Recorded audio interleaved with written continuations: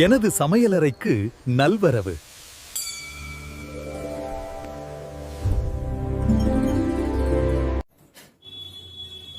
Hello friends, welcome to my kitchen.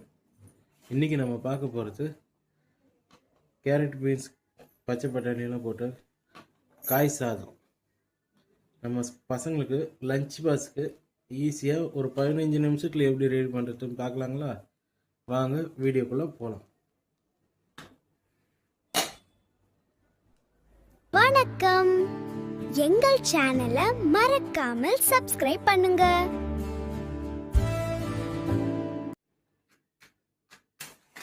அடுப்பை பற்ற வச்சுக்கலாம். காய் சாதம் செய்யறதுக்கு ஒரு அகலமான பாத்திரத்தை வச்சுங்க. ஏன்னா அதிலே தான் நம்ம சாப்பாடு மிஸ் பண்ண போகிறோம். பாத்திரம் காய்ஞ்சோடனே எண்ணெய் சேர்த்துக்கலாம். கடாய் நல்லா சூடாகிடுச்சு, எண்ணெயை ஊற்றிக்கணும்.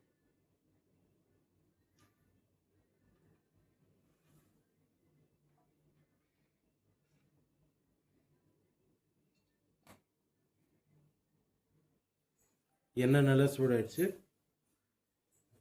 பட்டை, கிராம்பு, ஏலக்காய், பிரியாணி எல்லாம் சேர்த்து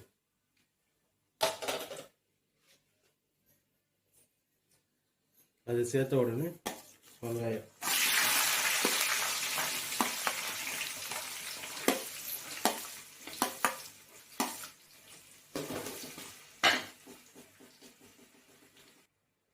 எல்லாம் சேர்த்து நல்லா வதக்கிங்க.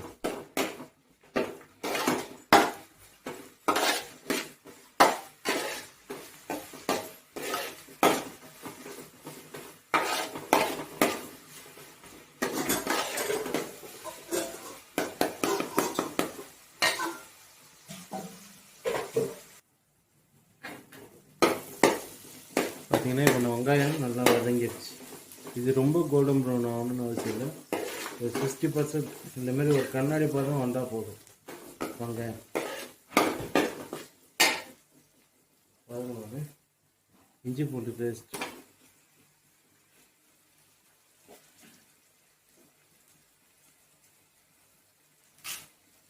கருவேப்பிலை,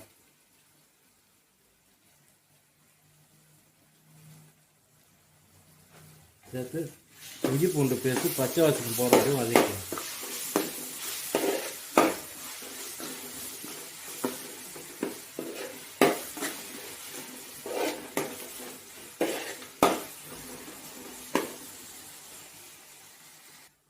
இப்போ பார்த்தீங்கன்னா இஞ்சி பூண்டு நல்லா வதங்கிடுச்சு.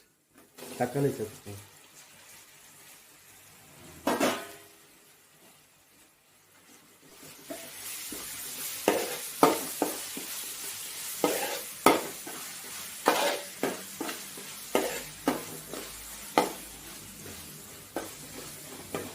தக்காளி ஒரு 50% நல்லா வதங்கி வரட்டும். இப்போ பார்த்தீங்கன்னா நம்ம போட்ட தக்காளி எல்லாம் நல்லா வதங்கிடுச்சு. போதும், இந்த அளவு வதங்கினாலே போதும். இந்த டைமில் இந்தமாரி பிடிச்சா விட்டு வச்சிருக்கு கேரட்டு, பீன்ஸு, பச்சை பட்டாணி, இது எல்லாத்தையும் ஒன்றா சேர்த்துக்கணும்.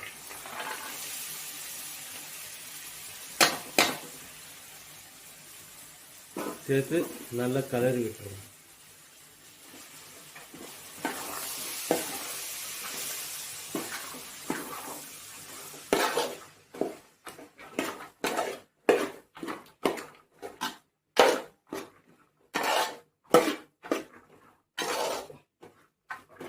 இது கூடயே உப்பு,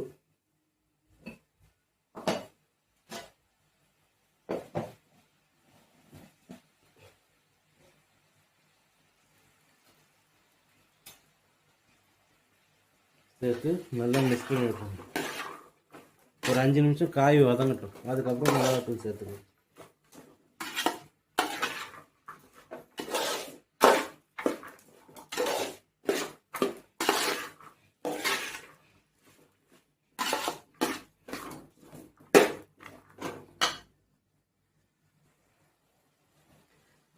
இப்போ நம்ம காய் போட்டு ஒரு 5 நிமிஷம் ஆச்சு. காயும் நல்லா வதங்கிடுச்சு. இந்த ஸ்டேஜில்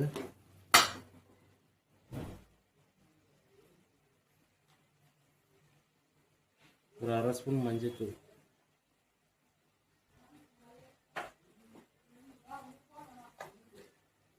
வெறும் மிளகாத்தூள் 1 ஸ்பூன்.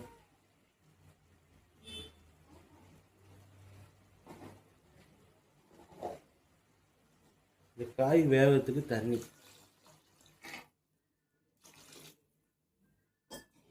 எல்லாத்தையும் ஊற்றிட்டு நல்லா மிக்ஸ் பண்ணி மூடி போட்டு வச்சிருங்க. காய் நல்லா வெந்து வரட்டும்.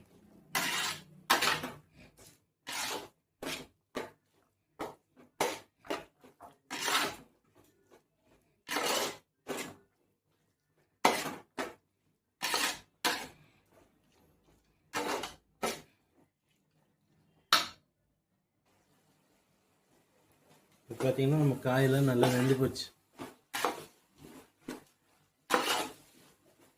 நம்மளுக்கு மெயின் இந்த பச்சை பட்டாணி வெந்துட்டாலே போதும், எல்லாமே வெந்துடும். பச்சை பட்டாணி நல்லா வெந்து போச்சு.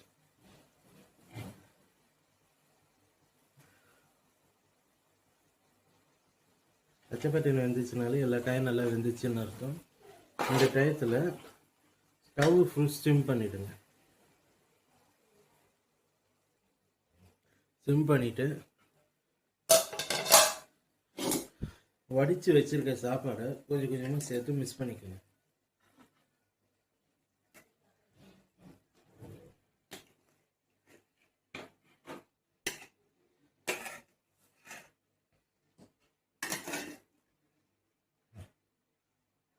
இது நீங்கள் பச்சரிசியும் போட்டுக்கலாம், புழுங்கலரிசியும் போட்டுக்கலாம். ஆனால் நான் சாப்பாடை நல்லா வடிச்சிருங்க, ரொம்ப குழைய விட்டுறாதீங்க.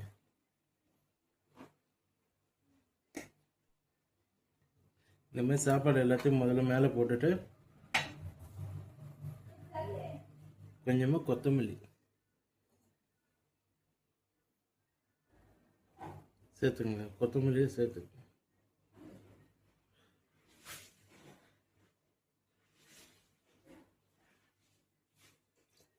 சேர்த்துட்டு சாப்பாடை அப்படியே பொறுமையாக கலரிக்கணும்.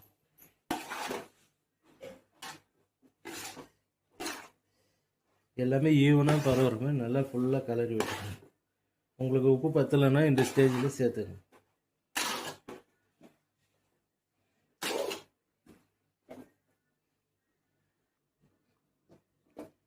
அவ்வளோதான் ஃப்ரெண்ட்ஸ், நம்மளோட காய் சாதம் ரெடி ஆகிடுச்சு.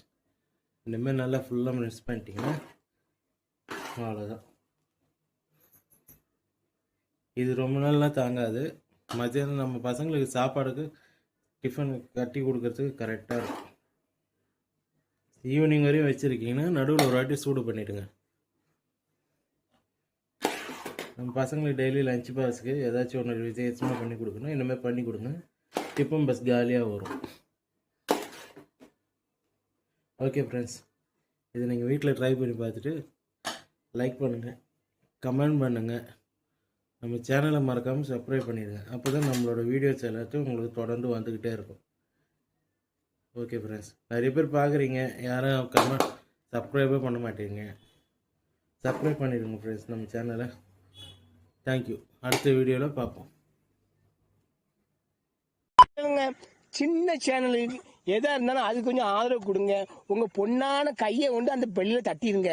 அவங்களுக்கு சப்ஸ்கிரைபர் 5-10 ஏறுனா அவங்க மனசு சந்தோஷப்படும். அவங்க வீடியோவும் பாருங்க.